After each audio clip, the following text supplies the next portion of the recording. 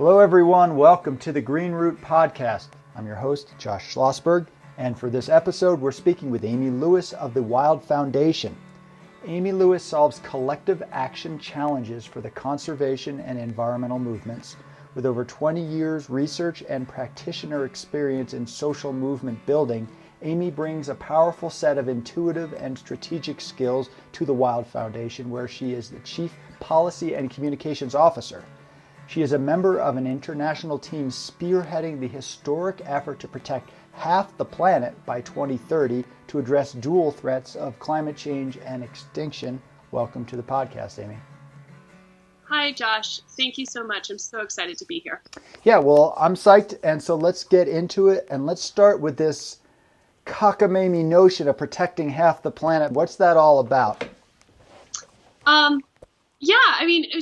There's... Where would you like me to start? What's that all about? Do you want me to, because really what we're talking about here is we're not talking about the survival of nature. We're talking about the survival of our own species. And scientists are increasingly coming to the conclusion that in order for us to survive, we have to protect at least half the planet. That's at the root of this. Where would you like me to go from there? Well, so what does this actually look like? What does it mean to protect half the planet? Like put a fence around it, to put a sign on it? What does that look like? Make it all wilderness? Well, wilderness and wild nature. Wilderness is kind of a loaded term, and I think many of the people in your audience will understand that, so I don't have to explain it. But wild nature, the intact processes that essentially make life possible on Earth. That's what we're talking about here, and preserving those. And in order to do that, you have to give nature space. Now, that doesn't mean putting a fence around everything. That doesn't mean suddenly half the planet becomes a national park. And in fact, we find that there's some places where biodiversity and ecological services are actually better than they are in national parks, even though national parks and protected areas like that are cornerstones of biodiversity. And many of those places that actually have better ecological services are stewarded by indigenous groups and traditional cultures and local peoples. So by no means are we advocating for, putting a fence around half the planet, but we are advocating for enhancing the ability of local people and indigenous people to manage their own lands in traditional ways. We're advocating for some certainly protected areas, especially when we're creating corridors that interconnect one protected area to another, so we get those genetic flows and the natural flows that occur between different types of ecosystems. And we're also looking for voluntary conservation areas that, you don't have to be a state actor or an indigenous community to do. You can just create open spaces in your own community that can be accessed by the public, but are managed in such a way where you preserve the ecological integrity of those areas. So would it be accurate to say the plan is to have some areas that are, quote, preserved, so preserves where there is no development, there might be human impact in terms of maybe some hiking or something like that, but other than that, and then a lot of other stuff would be maybe a conservation or a working landscape approach? Oh, 100%. And in fact, the Wild Foundation has a project in Mali, West Africa, in a very remote, very rugged region called the Gourma. It's in the east part of Mali. And in that region is the size of Switzerland, and it has about a little over 400,000 people living in it. And for the last over 10 years, we've been working with the communities there. Now, it's a bit challenging because it's a war zone, and there's an Islamic insurgency, and there's a lack of government institutions and things like that. But we've been working with the local communities and 8 different ethnic groups to manage the commons for the first time together, and to be able to impose restrictions on outsiders coming in and using natural resources, and also to come to agreements about how to use natural resources in order to save the last Sahelian desert elephant herd there. And it's working. with some hiccups caused by some violent insurgencies, but it's working.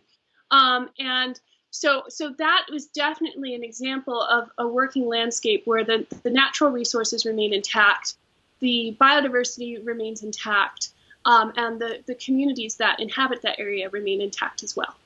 Yeah, things definitely get more difficult in other parts of the world outside of, say, North America, which is most of what I'm familiar with. So where folks are living closer to the land in other parts of the world, obviously the idea of clear them all off so the animals can live, that's a very problematic idea. And it may be that some areas do need to be limited by the amount of human encroachment, but it's certainly not a solution over there. It's not fair. And it may, like you say, be actually detrimental in some ways because folks can act as stewards. So I'm not sure if there's any examples in which maybe local folks can actually protect against poaching, per se, by just being there and knowing, hey, we're not going to kill these animals, but it deters some bandits, say, from coming in and stealing the critters.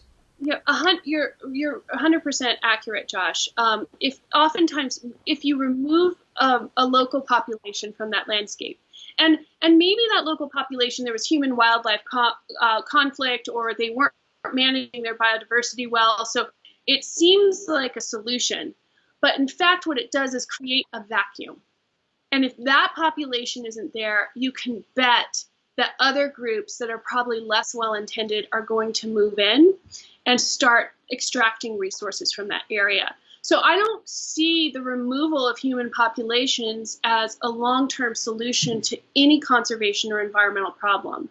The fact is that every single landscape on this planet, because we live in a global society, every single landscape is a social ecological landscape. There's an ecological layer and there's now a social layer. And both of those impact the quality of the natural resources and ecological services there. If we don't address the social layer, if we don't address human culture, human habits, and human behavior, we're not doing conservation well.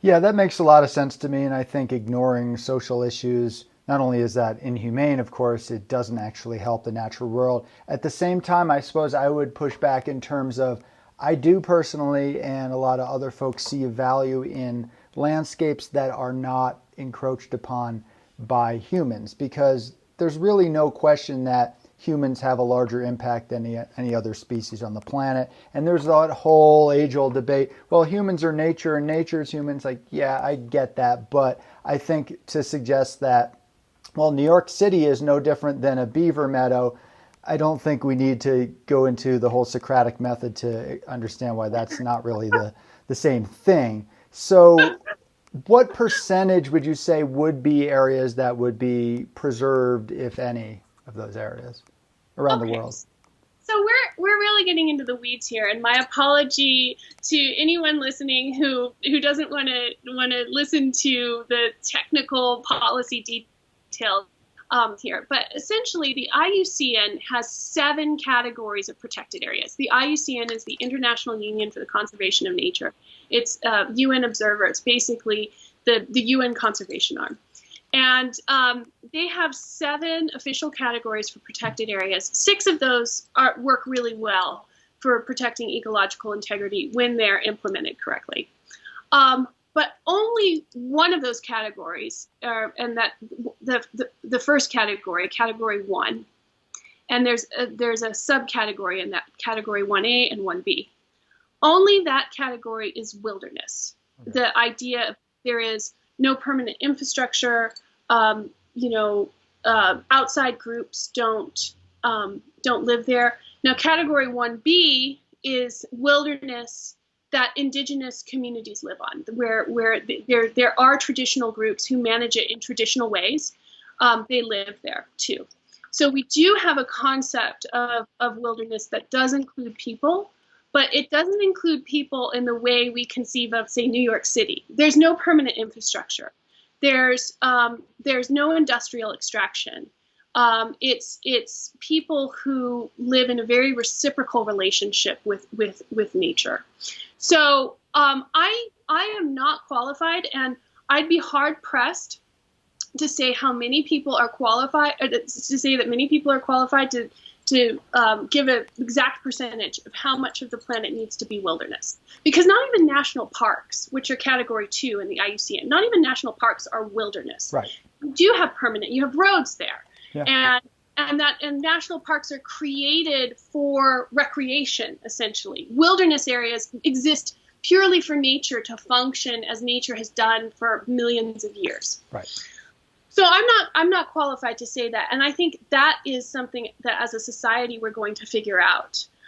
Right now, what we know for a fact is that at least 50% of the planet has to be preserved in some type of protected area or other effective conservation measure like indigenous lands to preserve the ecological intactness.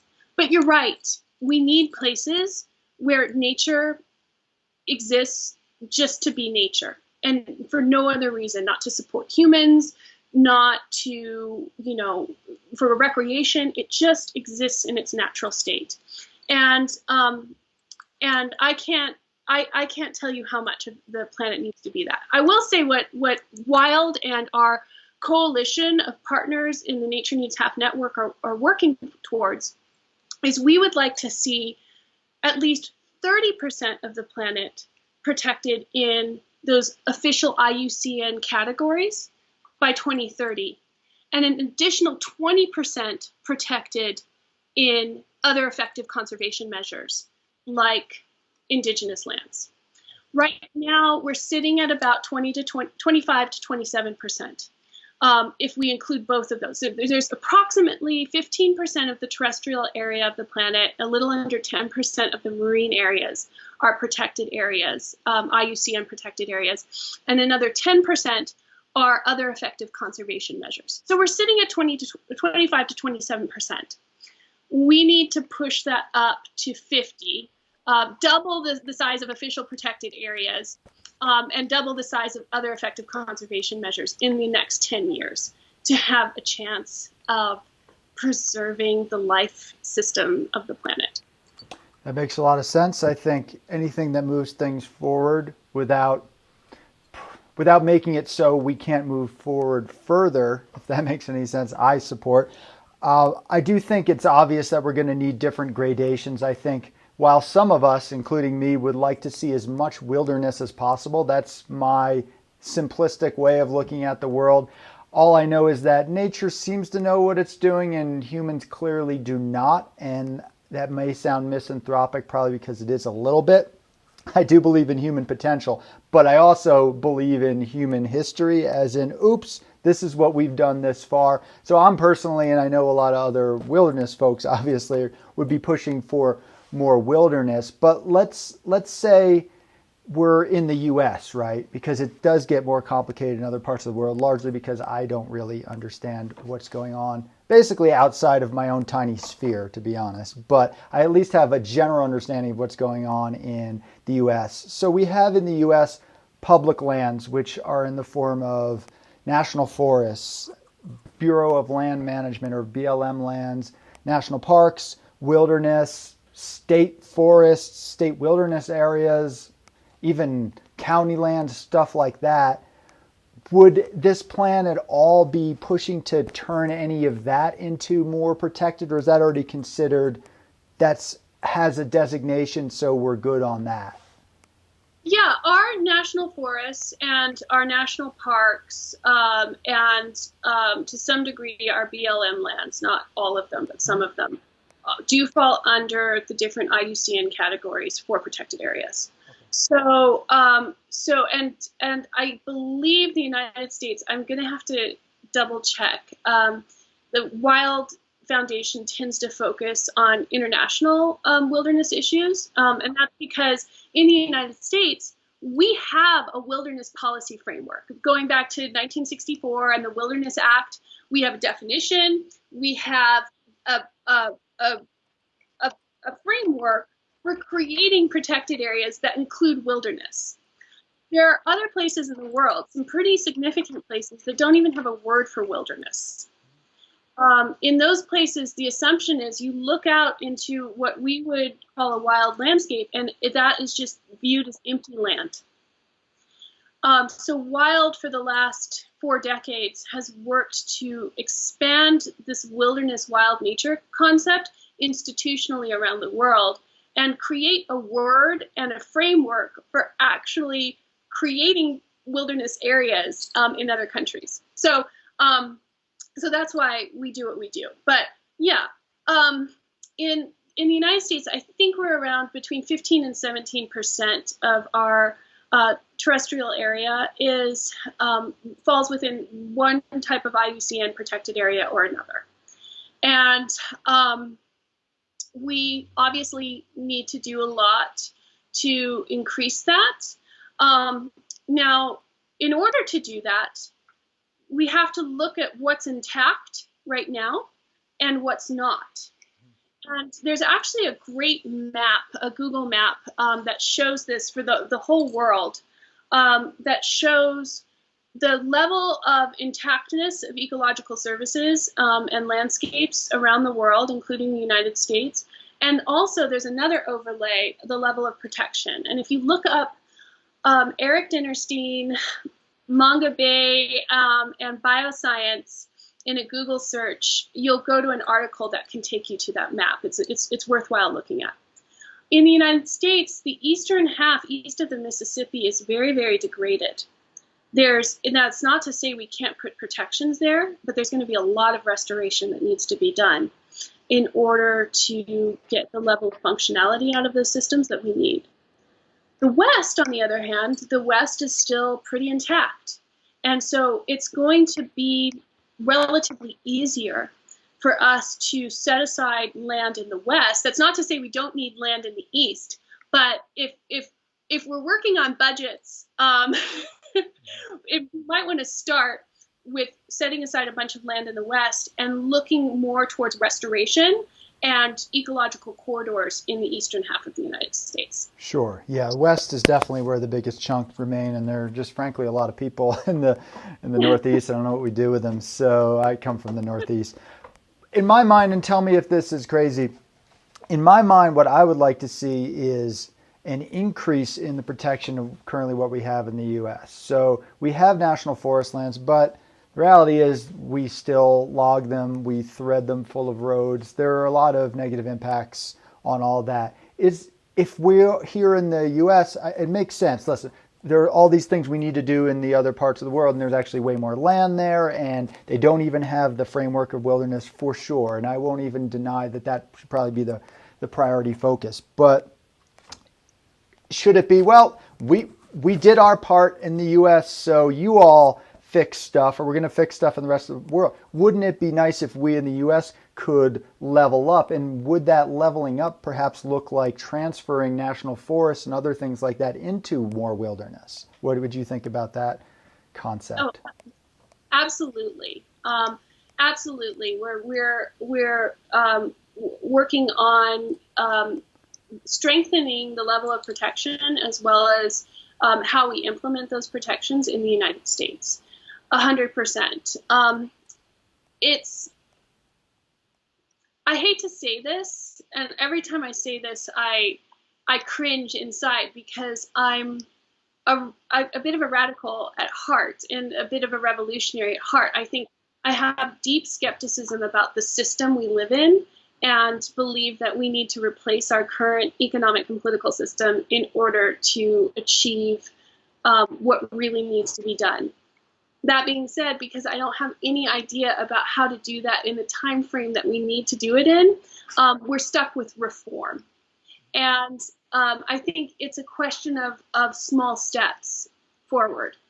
Right now, we're not even making small steps forward in the United States. We're going backwards.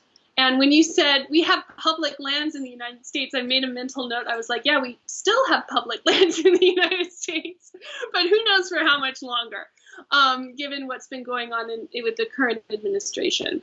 So I think that we need to work hard at creating a recognition that we need more public lands and start putting designations on those areas right now, even if we don't have the budget at the moment to fully enforce those protections. At the same time, we need to be having hard conversations with how we use our current public lands. And, putting oil and natural gas drilling rigs on them probably isn't great for the environment. I think we need to have some of those hard conversations. I think the road one is going to be especially hard. So maybe we can just start with the idea of oil and natural gas, and maybe those should be limited in protected areas. And in fact, the Wild Foundation back in 2016, we worked very hard to pass a motion at the IUCN that would get the IUCN to recommend against industrial extraction in protected areas, because the IUCN had not done that yet. It was 2016. And we weren't at all certain that that would happen because of resistance in the past, and yet over 150 countries voted for that, and it went into effect. And most of the protected areas that have gone into place after that, and that's covered about 2 to 3% of Earth's land surface, have come in under that recommendation, where countries are saying, okay, this protected area won't have a natural gas drilling rig on it. Right. That seems like a logical place to start, taking a look at public land and saying we shouldn't be doing energy extraction. I would take it further and say we need to take a look at grazing. We need to take a look at logging across the boards. But starting at least with people right now seem to be the most concerned about fossil fuels infrastructure, which I agree is a major issue. I don't think just focusing on that and not caring about all the other forest impacts is enough, but I like ideas that move us in a direction, so long as they don't keep us there forever. So I think I'd be in support of that. Have you heard of any major environmental group in the U.S. who is calling for the end of extraction like this on public lands? Because I haven't. I wouldn't know, and I hope that there is. I would assume that the Environmental Defense Fund might be working on something like this, but I don't know. And again, my bailiwick tends to be outside of the United States, so sure. That's not to say the United States isn't important. It is, but we're really working on building public and institutional awareness around the importance of wild nature around the world. I understand that, and we'll get more into that because I know that is your wheelhouse. Whereas my wheelhouse is kind of here in the U.S. and pushing back against the fact that anyone who's listening to this, correct me if I'm wrong, but I don't know of any of the major environmental groups in the U.S. have been advocating for that at all. They'll say generically that they don't support things, or they'll come out against a pipeline here and there, but the idea of ending it on public lands across the board, I have not heard that terminology. And an organization I used to work for, and I'll have a podcast with the founder of that organization, Tim Hermack, with Native Forest Council. They had been long pushing for zero cut on public lands, which also had a bit swirling around it where zero extraction on public lands. Not only was that not supported by the major environmental groups, it was pushed back against very, very hard. So I'm not going to grill you on why that is, because that's not your territory. But I would just say very logical ideas. And the mainstream environmental movement in the U.S. ain't interested. Well, as a political scientist, I do feel comfortable in giving a generic answer about why that is, and it's called entrenched interests. That is definitely true, and I've talked about that a lot. I'm always trying to steer it back into the positive instead of going into my dark little rabbit hole of conspiracy theories and whatnot. But what ends up happening is you put forward a positive idea. And you're like, surely you all will support this, right? And then it's just like crickets or attacks.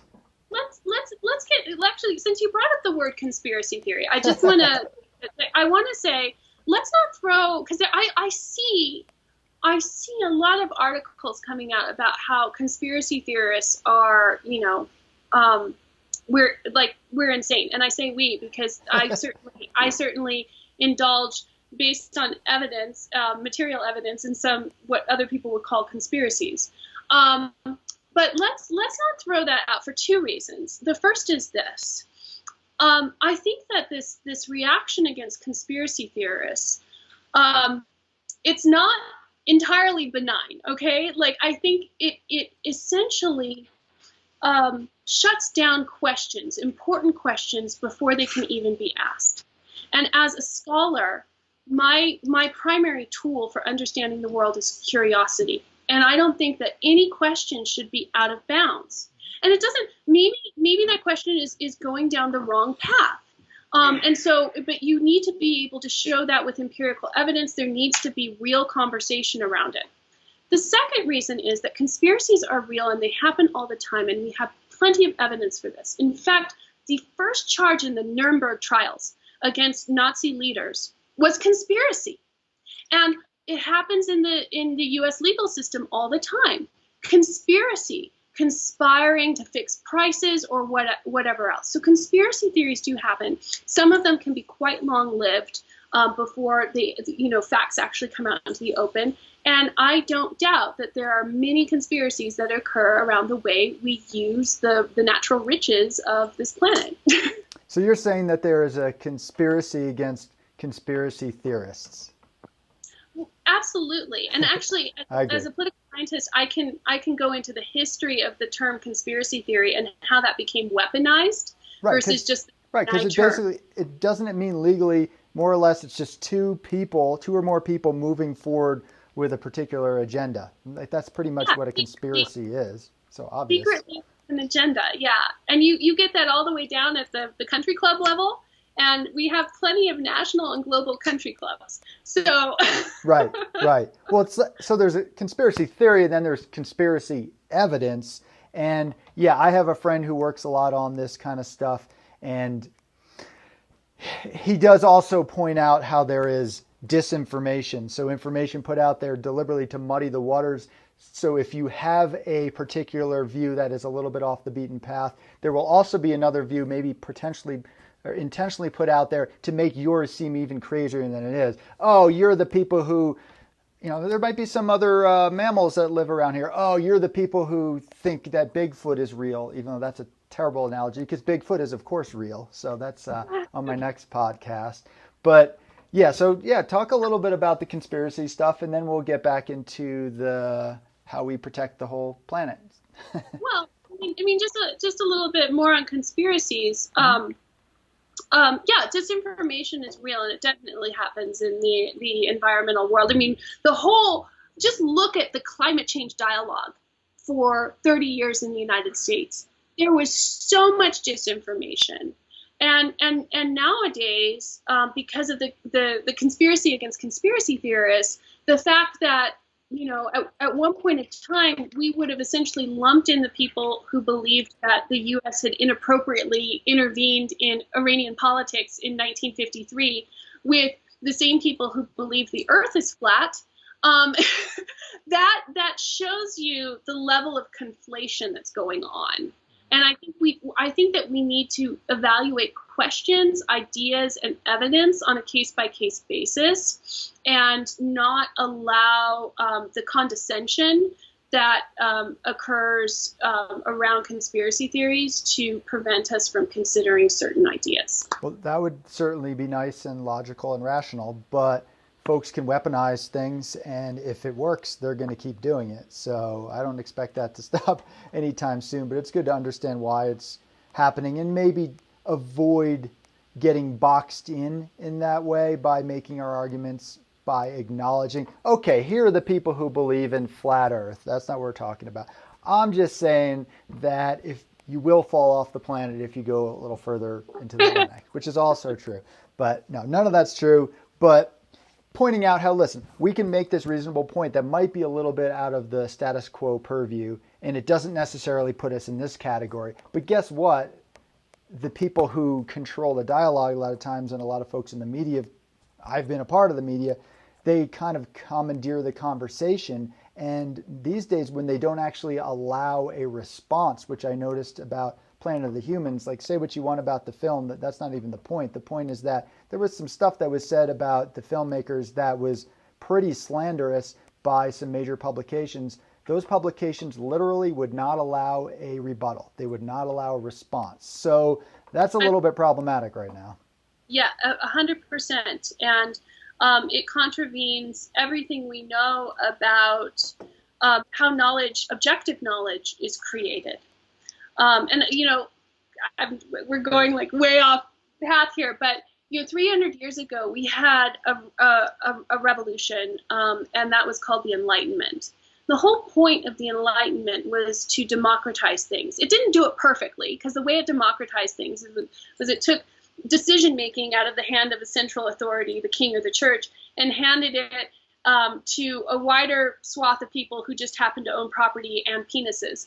But it started that process. And at the same time that decision making was being democratized, knowledge creation was being democratized too. And it was, before, knowledge had come only from authority. If you had authority, you could say whatever you wanted to about the world, and that's what got written down.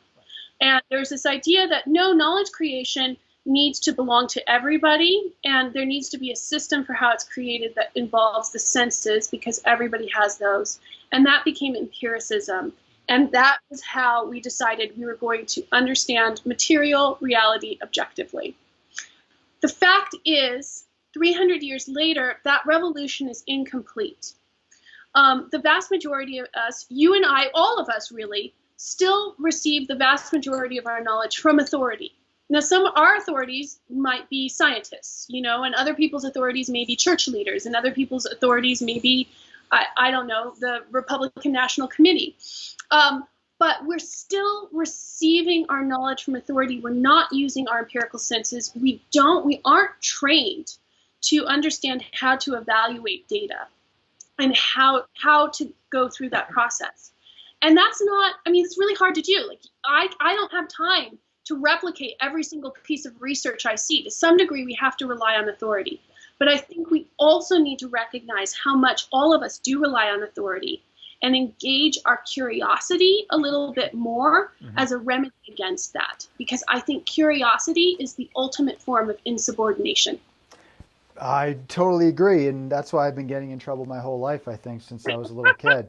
I just want to know, and my teacher's like, you're not supposed to talk about that, so they send me out of the room. And then I was like, I just want to put this idea out there publicly in a protest, and the police are like, you can't do that, you're going to go to jail. And then I've experienced it with writing. Well, here are some of the critiques I have of the authorities, right? Not just dismissing them out of hand, but having a critique. And then they say, you can't put that out there, you're a bad person, and we're going to silence you. So I found that it's very difficult to critique the authorities, but at the same weird time, there is this move to just completely dismiss authorities by saying it's all bullcrap, as in with the COVID stuff. Of course, there's stuff that they're figuring out as we go along, and we don't know a lot, and there's bullshit in everything, frankly, but I'm not going to be like, well, I'm just going to assume everything that virologist is saying is untrue because I feel like it. That's pretty dumb. Right.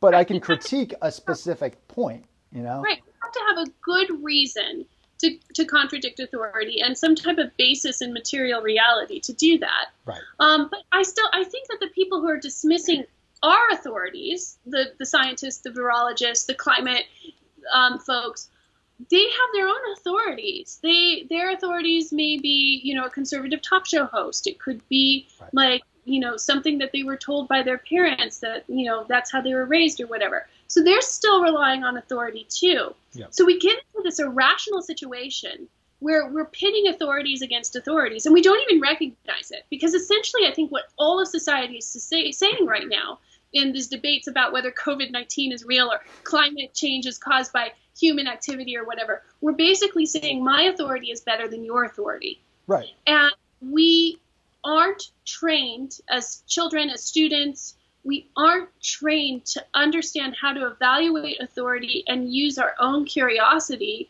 to look at material reality. And because in school, what do we oftentimes we learn things by memory. We're just supposed to sit there and take notes and write down what the teacher or the professor said and repeat it back. I repeat this. I think curiosity is the most underestimated tool in our arsenal as individuals, and it's also the most powerful weapon against authority, especially those authorities that are trying to deceive us. That is absolutely true. And I will also repeat the fact that it is a dangerous thing to have that curiosity, because then you start becoming critical and then you find yourself exiled, which is why the Green Root podcast, we're trying to bring on folks who maybe don't always have the public megaphone. I mean, your foundation has definitely gotten a lot of information out there, but we have a lot of folks who are basically almost not allowed to speak. And the other point of the podcast, you mentioned we're going far afield. No, that's exactly the point of this podcast, is to get to the root of why we're at certain junctures in our current way of looking at the natural world and other things like that. So the idea of why we're not allowed to talk about these ideas, why certain ideas are dismissed out of hand, where the information comes from, that's the Green Root podcast, getting to the root of that. So that's exactly why I don't have any sort of script, not just because I'm lazy, but because I want to see where things go and because I'm lazy. But I really like what you're saying about that stuff, and having those discussions I think is really important, and unfortunately they don't tend to happen. And I think a lot of it is people also don't have the time to seek out all this information on their own. So maybe they would like to do their own studies or just think about it more, but they don't maybe have the time. They're exhausted. They're working all day. They come home. They're dealing with kids, household chores. Then they have to zone out with alcohol or some television show, both of which I have partaken in. And so then you're not really processing this stuff, and then you wake up and what does that guy say? Okay, or I hate everything that guy says, no matter what, even if it makes sense. So that's kind of how we're going about the world. But let's take things back a little bit to the mission of the organization and just some of the stuff around that. So this concept of working landscapes makes some people nervous, including me. Now, I am probably a bit more reasonable these days than a lot of other wilderness folks, and just saying that makes them hate me. But guess what? Everyone hates me a little bit because I don't agree with everyone, but I pretty much have overlap with almost everyone. So I personally want to see as much wilderness as possible. At the same time, I can't pretend that the right outskirts of Denver is just going to turn into a land where humans cannot be. Like, that's just silly nonsense for that to happen anytime soon. I realize that's not going to happen. So there might be some areas where I can understand this might be an area that is utilized for forestry. This is an area where there can be grazing. This is an area where there is some. So I don't live in a fantasy world where I don't think any of that would happen.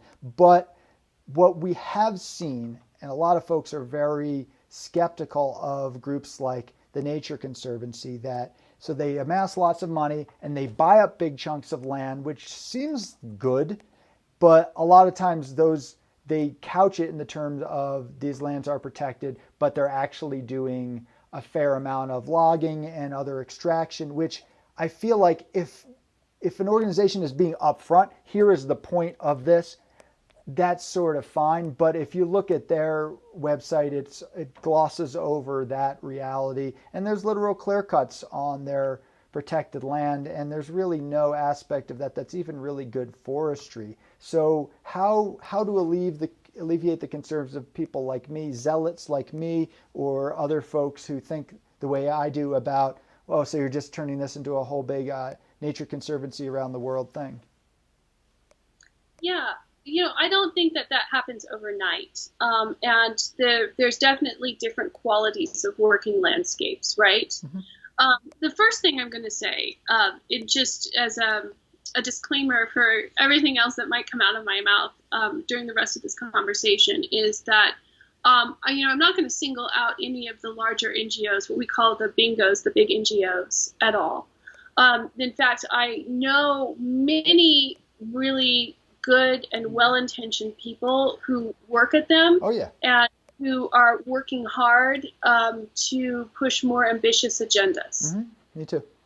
That being said, it's a blessing and a curse being a big NGO that receives $1 billion in donations every year, because you suddenly have a much wider swath of stakeholders that you are beholden to.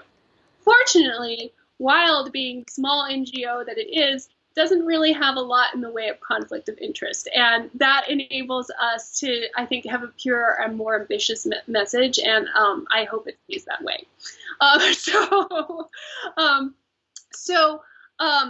No, but getting to how do we alleviate your concerns? The first thing is, like, to some degree, Josh, we have to be pragmatic.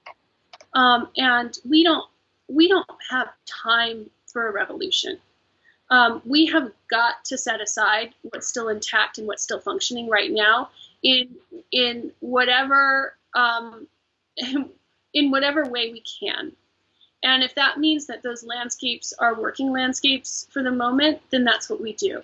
And in fact, even if we had 50% of the planet in a pure wilderness state, if the other 50% of that planet occupied by humans is occupied by a culture and civilization in which our behavior is disrespectful and in which our actions do not support a wild biosphere, that other 50% that's wilderness isn't going to remain wilderness for long.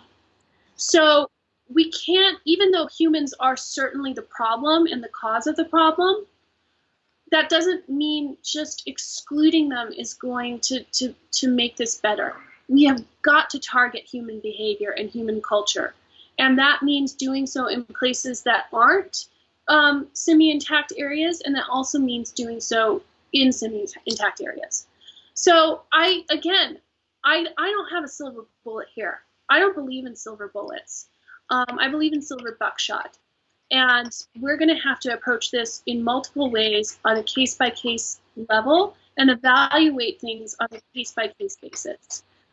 We don't have time to make vast generalizations. And we frankly need to get everything we can in a semi-intact state at this point in time. Our survival depends on it. Yeah, I agree with the urgency message. I did a recent little, I guess it was a Facebook Live thing, but I'm going to have somebody on to talk more about it, the whole doom and gloom perspective. I'm probably on the doom and gloom scale. I used to be more like a 9. Now I'm probably like a 7.6 on it. So I'm still believe, though, in urgency for sure. That, the fact that I've gone from 9 to 7.6 doesn't mean that there should be less urgency. I'm just kind of more okay with how things turn out, but I don't think that means we should lessen our efforts. I actually think that having the right mindset about things can make us more effective.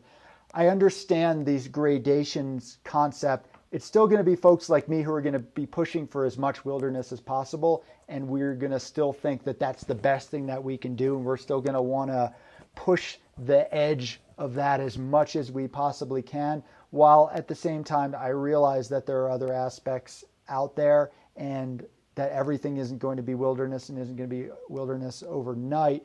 One thing I would say is that while a working landscape thing can be a placeholder, usually it's not. If an area is designated for human development, whatever that would look like, it's rarely going to continue into wilderness. So I do think that there's a reality to that. One of the big issues that have been happening in the Pacific Northwest, say, that I've been a part of in the years past when I was an activist, are the folks who say, let's protect the old growth. And everyone's like, sure, let's protect the old growth. And then some of the rest of us are, well, let's also make sure that we're not hacking to pieces the rest of the national forest that maybe had been overcut in the past and we need to restore it, right? But there are different idea of restoring it. So a lot of folks are saying, yeah, that's why we got to go in there and do plenty of industrial logging.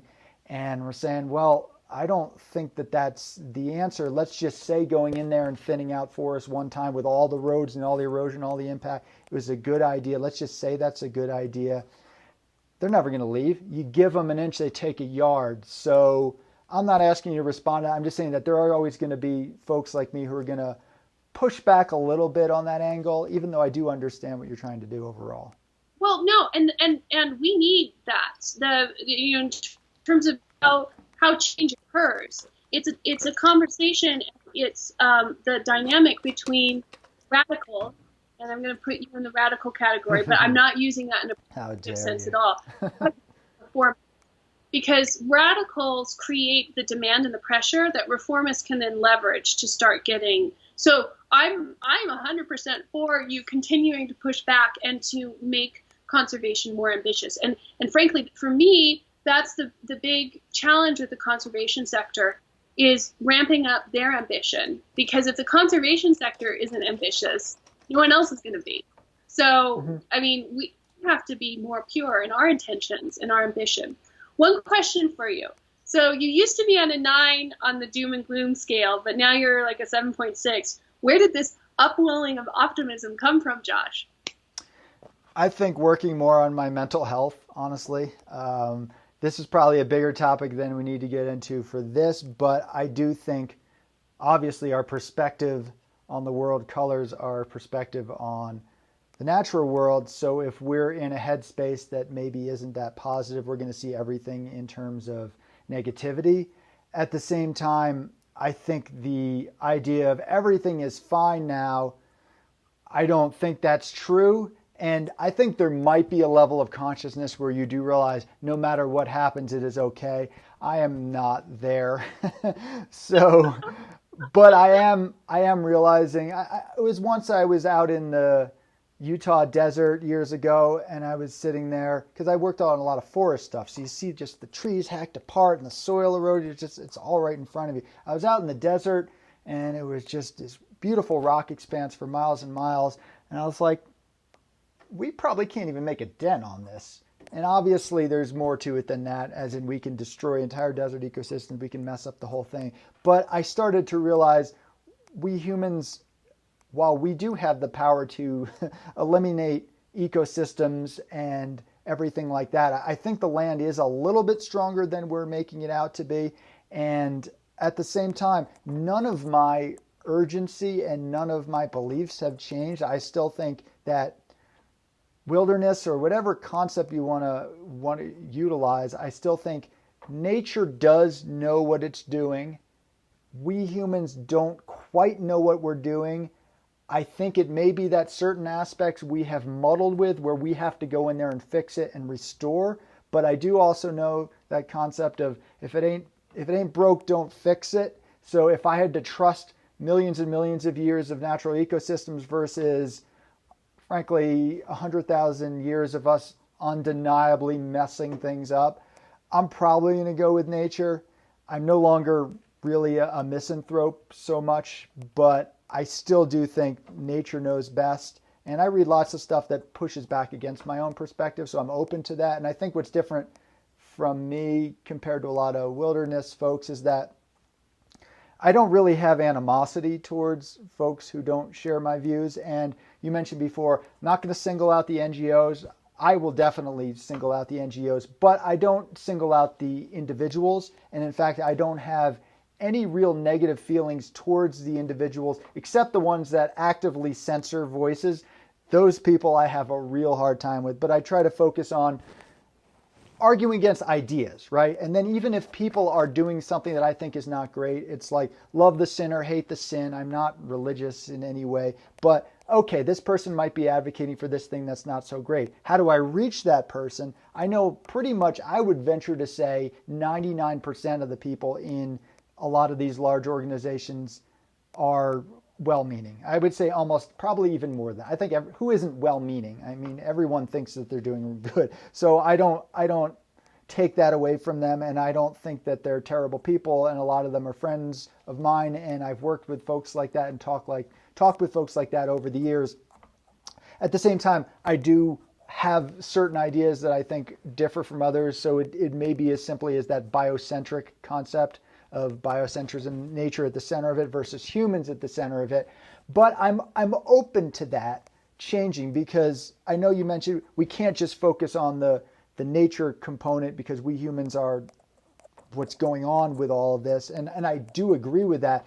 There's all these pieces. I'm actually reading a book right now called Integral Ecology, and it's 800 pages. So I'm waiting to finish it before I invite the folks on who wrote it. But basically they're talking about humans in the landscape and then the different notions of nature. So we have these different views of what nature is. Nature operating purely on its own versus nature that we're actually nature. I'm nature. I'm living in a house here. I'm nature, sure. But I do find myself still bristling a little bit or pushing back against that's why there's no difference between asphalt and topsoil, which I don't think anyone's quite saying that, but there is an implication, and I think we do have to be able to distinguish the fact that even though humans are a part of nature, we have deliberately separated ourselves from it, and we have created a human-based world that almost all of the creations in it are human-based. So if beavers had done the same thing where everything turns into a beaver meadow,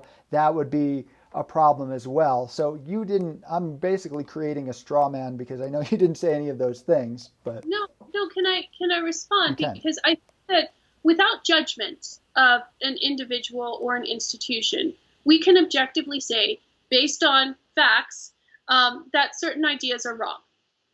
And, we don't have to judge the individual to make that assessment of an idea. And we also know, based on objective science, what's needed in terms of our survival. And when it comes to, this idea of because we're from nature, is everything that we do natural? Does that make a natural gas rig natural? And obviously, no. And here's why. Because at some point in the relatively recent past, if you look at this from a geologic scale, at some point in the relatively recent past, human societies went from being embedded in the web of life and working with that to trying to control it. And I think that the ultimate idea that has come out of that trend is sustainability. Because sustainability is this idea of okay, we reached this point in our civilization that we're relatively happy with, and we're comfortable. We're very comfortable. And we've distanced ourselves from the perception that life is struggle, life is competition, and life is a fight to survive. We've distanced ourselves so we can believe that our houses and our civilization will protect us from this discomfort. Let's sustain it. And that doesn't mean working with the natural world. That doesn't mean embedding ourselves in the natural world. We start to consider the natural world now, but we have distanced ourselves from that fundamental fight for survival. Well, I think what we're beginning to recognize, at least some of us, is all of that's an illusion. Sustainability is an illusion.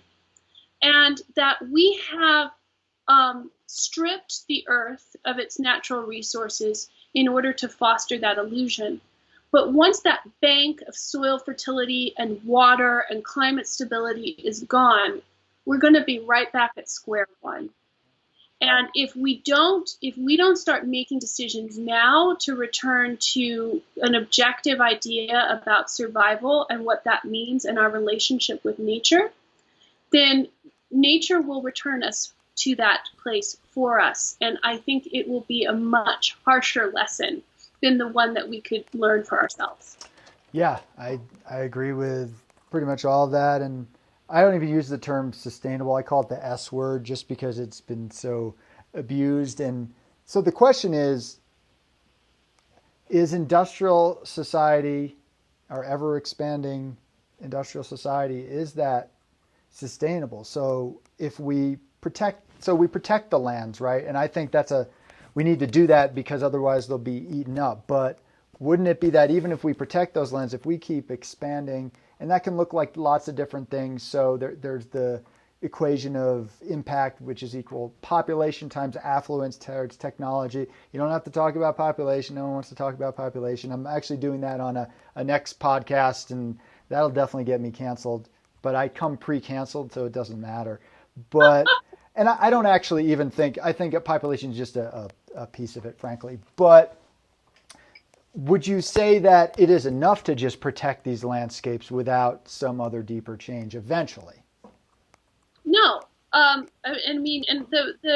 My organization started 40 years ago in the African wilderness. Mm-hmm. And it began as a working friendship between two men, Ian Player, a South African game ranger, and his Zulu mentor, Makubu Ntambela. And my organization within our DNA is still this very animist, very traditional, very African view of the world and our place in it. And I don't think the question we should be asking is, can we sustain this? I think the question we should be asking now is, can we survive like this? And do we want to? I want to exchange one S word for another.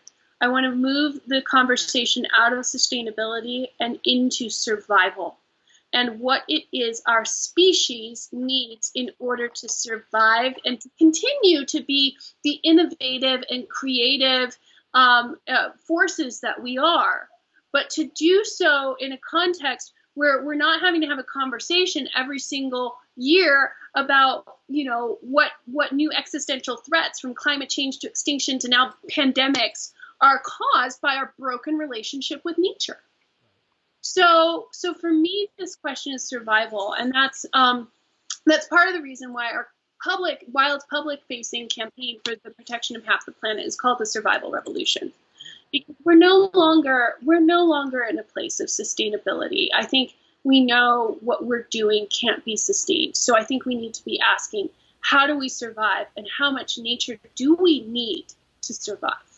Yeah, well, I think a lot of listeners of the Green Root podcast will definitely resonate with that. A lot of folks are talking about the survival aspect, and I agree. It's dire enough that we should have that conversation. I don't personally think that we're going to go kablooey in October, but I do think that what's that? But you never know, given our constellation of world leaders at this point in time. Well, we might do that to ourselves, but I don't think the planet itself is just going to go kablooey, but who the hell knows? But yeah, it is that unraveling at a certain point in time. It unravels to the point where you can't re-ravel it, even though that's not a word. It's not even a word because it's impossible. But yeah, well, what would you think about this though? So this is going in my mind as deep as I can go, which isn't, I guess, that deep. But so here we are, we're like, I'm going to logically convince people to, this is the thing and blah, blah, blah. I think ultimately, unless people are in the headspace, and you can use the term consciousness, which I do, to appreciate nature, give a shit about nature, then all this falls on deaf ears. Mm-hmm. Yeah, you're right. And this is a scientific fact. The scientific fact is facts don't work at persuading most people. Facts work at persuading or mobilizing those who are already on the bandwagon. But political psychologists have done numerous stories where you can give really well documented evidence counter to somebody's opinion, but that individual has spent decades accumulating what they perceive as evidence that is in support of their opinion. So your very well documented evidence that maybe undermines all of that goes up against a mountain of evidence that they have. And it's what's going to happen is cognitively, they're just going to discard and dismiss your evidence. And so that doesn't work because humans aren't fully rational. The Enlightenment sold us a half truth. It told us this belief that we are rational. And I think what it should have said, it should have been said instead, is that humans could be rational. We can be at times rational. We do have this capacity to evaluate things on facts, but emotion gets in the way. And in fact, when we make decisions and when we take actions, whether we recognize it or not, it's our heart center, it's our emotional state that is manipulating the way we think.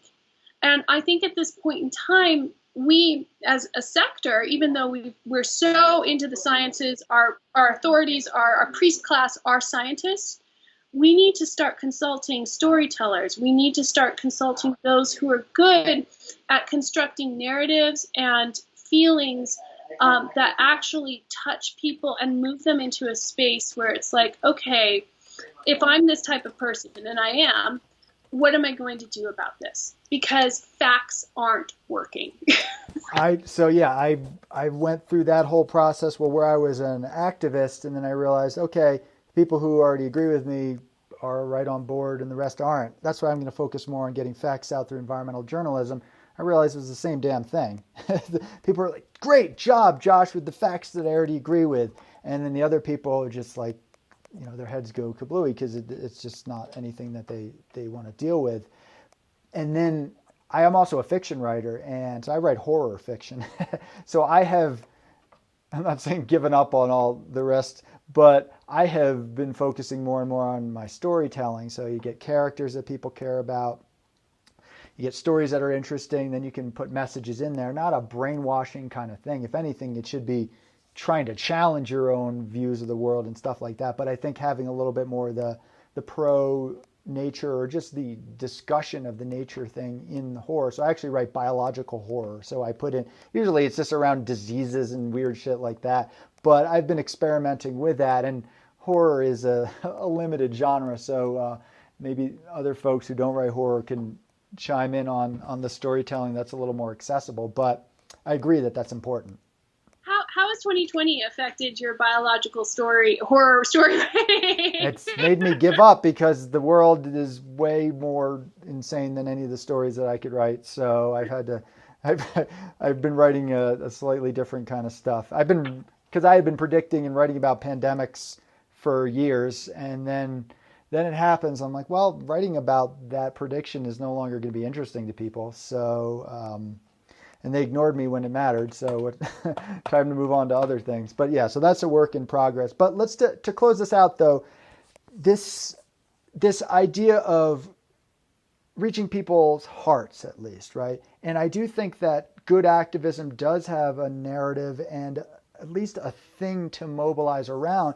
And the half-earth concept, I think, is one of those. It's a digestible thing, and obviously there's more complexity to it, and some of us are like, we want all wilderness, and other people are like, well, we have to do this, and that's all going to be a part of it, obviously.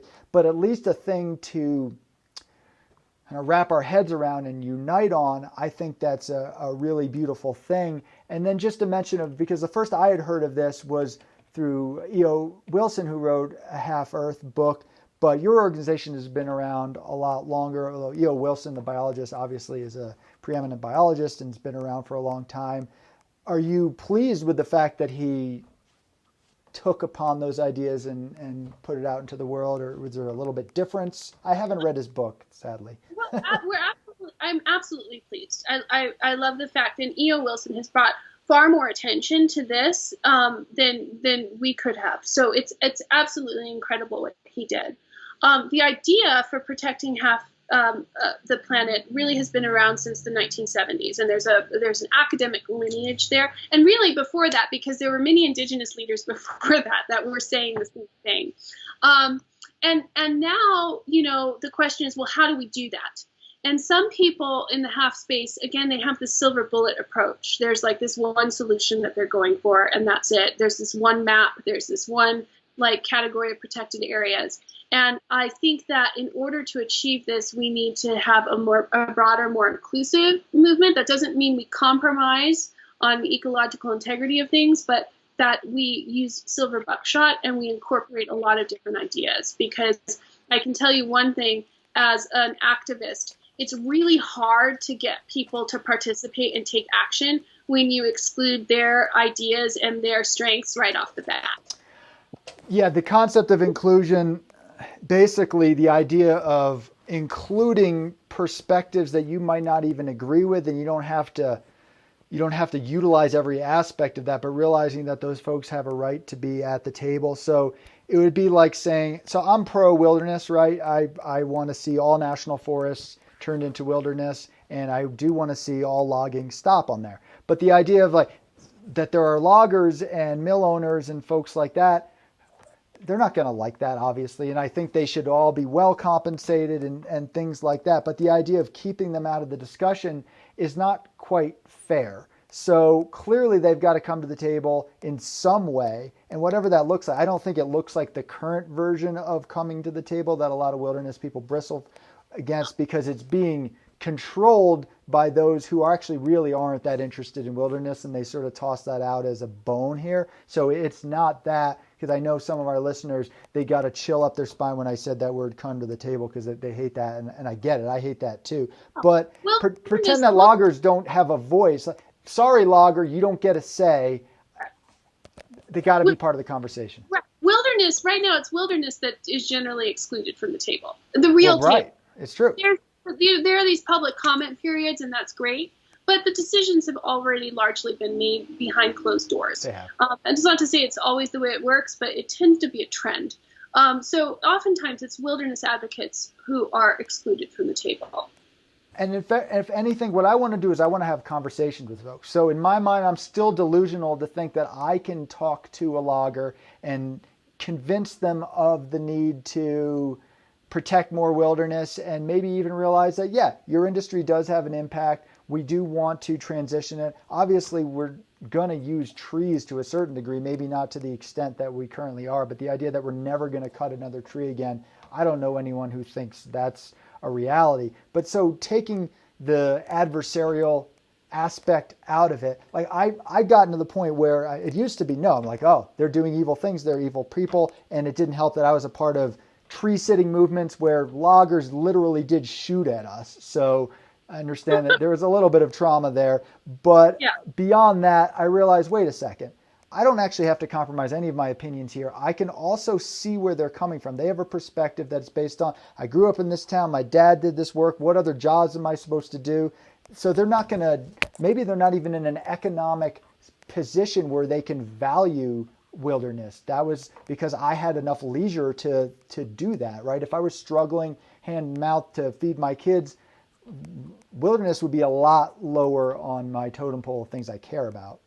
And this gets to the systemic aspect. The fact is, all of us, even wilderness aspects, are embedded in a system that makes it far easier to extract and exploit nature than it does to restore nature.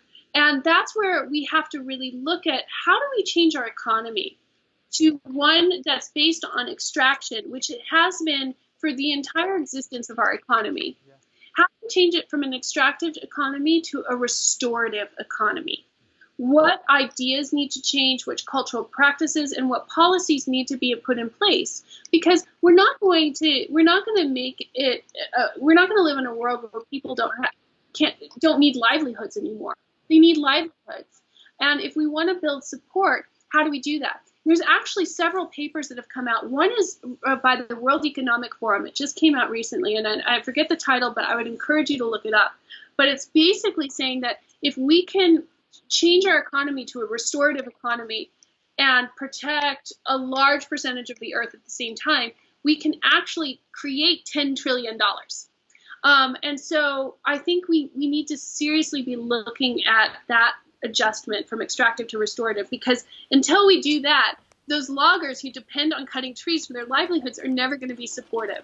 And we need their support. No, it's true. It's true. And yeah, like I was saying, I want to get to the point where I think that I can actually convince these folks. And I got to the point where I can talk to these folks and I'm like, oh, so you're out there chopping everything down, huh? But we have maybe it's like a slight tension, but we can actually shoot the shit and understand, like, oh, there's Josh, the wilderness hippie and stuff like that. But we have a genuine respect for each other, even though we have some disagreements. Unfortunately, the political climate these days is anyone I disagree with is evil, pure evil, and I am a pure angel, sent from God. That's almost what has come to our political discourse. And I think there are a lot of people who rightly bristle and say, well, because I don't want to compromise what I know to be accurately correct based on a lot of the science. And I do think the need to preserve is important, but I don't think that means that we can't have the conversations. The reality is, guess what? The folks who don't think that are in the majority. So the idea of this larger inclusion, I want to have a bigger web where those folks are a part of the conversation, but maybe through a larger lens than they're even looking at. So that's my naive vision, but I do still want to come down to the brass tacks of, I think we have lost so much of the landscape that, well, let's give equal shrift to all the different aspects of, like, well, okay, we have this much land left, so we're going to have this much more industrial society, this much. We keep losing it and losing it and losing it. So I think holding even tighter to the little bits that are intact is really important. And maybe there is this transition of some of these landscapes, though I'd be a little skeptical, but it could go from extractive to, as we go along, to kind of restoration to actually conserving it to preserving it. So in my mind, I would like to see more and more of it get into that wilderness bank, as unrealistic as it might be. As long as I see that as a possibility, I think I'd be okay with. I probably am not ever going to come on the record and say, yes, I support this area being, increasingly logged. I'll probably never support that, but I can realize, okay, that's not where I'm going to fall on my sword to oppose that. I'm going to focus more and more on encouraging people. Well, let's have more wilderness. Oh, okay, you're going to do that. Well, I don't have any control over that, and let me keep talking to you about that. But I do want to see more of the wilderness stuff, and I do want to be able to talk to everyone. And yeah, I got some shit for. I had a biomass newsletter. So I was an activist calling attention to the impacts of cutting trees for energy. I think it's not a great idea. And this was early on when pretty much all the environmental groups were in support of it. And eventually, so I was around the folks who were opposed to it across the board. And I eventually created a newsletter where I'm not changing my stance at all, and I want to advocate for it, but I actually want to bring in folks who are kind of in the middle, or even the people from the biomass industry, to have a conversation in one place, because I still think I can convince them. And guess what? I think that having their information up against my information is going to win because it's going to be in one place. But what's funny is I got a lot of pushback, of course, from industry, who is like, I'm not going to participate in your thing because you're all hippies and whatever, fine. But I actually got a lot of pushback from folks who agree with me on, no, we need to end biomass. But what are you doing bringing in these loggers? And I told them, they have all of the platforms. So that's what they're saying. And I agree with that. They're already on all the platform. We should have a platform that's just for us. It's like, guess what? Our little just for us platform doesn't get out there anyway. And the idea that we're going to keep them from one little thing as if that's going to influence the larger conversation is ridiculous. I want to bring them into our turf and play totally fair with them. But frankly, I have enough confidence in my arguments that I think I can beat them in the arguments there, and playing fair, letting them have their say, but having it in one place, because what we end up doing is it's all of their say, and then without any of our response, and then here it's all of our say without their response. That doesn't really accomplish anything. Bring it all in one place. So that is kind of that lens, that bigger lens of inclusion. I am not giving an inch in terms of my perspective, but I want them to be a part of the conversation. I want everyone to be a part of the conversation. You're speaking to the choir here, Josh. I absolutely agree. And there's a term for the just for us table. It's called echo chamber. We've been in an echo chamber for far too long. Now, over a decade ago, I was a labor organizer, and we did just that. We brought everybody to the table. Because you have to, in order to have negotiations, in order to negotiate a contract, the owners of the company need to be there as well. Now, when we brought those people to the table was oftentimes after we were able to flex our muscles and show the pressure and the power and strength that we had. And so then that helped them be in a more persuadable state of mind. That's that way. Yes. But yeah, so, you can't have a negotiation with just one side. No, and so that's the argument that's tough, because that's even the conflict I've come up against with the people who I actually agree with on the land ethics stuff 100% across the board. And then I say, yeah, that's why we have to have the conversation with the loggers. And then they're like, I don't like you anymore. And it's like, well, how well are we doing in our little, existing in our little bubble where nobody cares what we have to say? We don't have to budge an inch on our position, but we have to be able to, I think, for a second, maybe consider that the other people aren't evil. And I still think any perspective that isn't mine is probably wrong. I'm open to being convinced otherwise, for sure. So I think that's really important. But I actually think I can convince people. That's why I want to bring them in and be friendly with them. At the end of the day, they don't agree with me. That's okay too. And I don't think most of the environmental movement has gotten there. So I don't have a home in the environmental movement, because I quickly grew out of, or whatever happened, where I didn't want to be a part of the mainstream efforts. And there's enough going on with that. And I also do want to see more wild protected. And then even the wild folks, because of my wanting to actually engage everyone and accept that sometimes everybody's a little bit right some of the time, that makes me slightly not ostracized from, but I'm looked askance at by a fair amount of wilderness folks. But I don't have any misgivings about my views. My views are very strong on wilderness protection. But I think what's different is how do we get there is the question. And I think talking to folks who maybe I don't agree with 100% like you, but I think we agree very much so on most of the pieces. And I'm actually wanting to move this podcast more and more into people who I disagree with entirely and show that we can have conversations, we can have common ground at the same time. And well, look, here's me talking with a logger, and then guess what? Guess who's going to watch that?